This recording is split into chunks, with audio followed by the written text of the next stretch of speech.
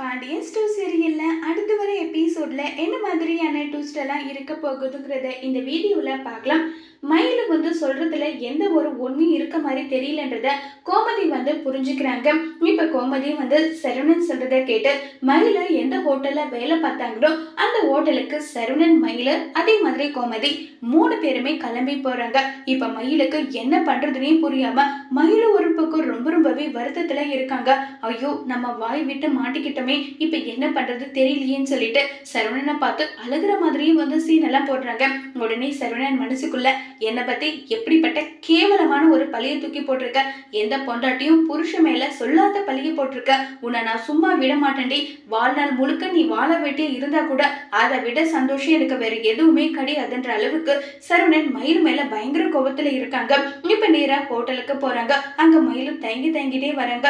என்ன மயில, உன் மேலதான் எல்லாம் உண்மையும் இருக்கே, சரவணன் சொல்றது தானே போய், அப்படியே தயங்கிட்டு வர உள்ள வாண்டுறாங்க. அத்தை அங்கெல்லாம் எதுக்கு அத்தை வேணான்றாங்க.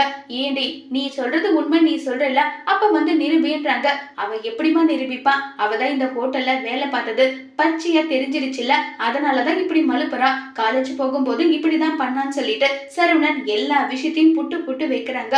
இப்ப மயிலுக்கு என்ன பண்றதுன்னு தெரியாம மயிலும் ரொம்பவே குழப்பத்துல இருக்காங்க. இப்ப மயிலு ஹோட்டல்ல வேலை பார்த்த விஷயம் கோமதிக்கு தெரிய வருமா இல்லையாங்கிறத வரப்போற எபிசோட்ல வெயிட் பண்ணி பார்க்கலாம். தேங்க்யூ.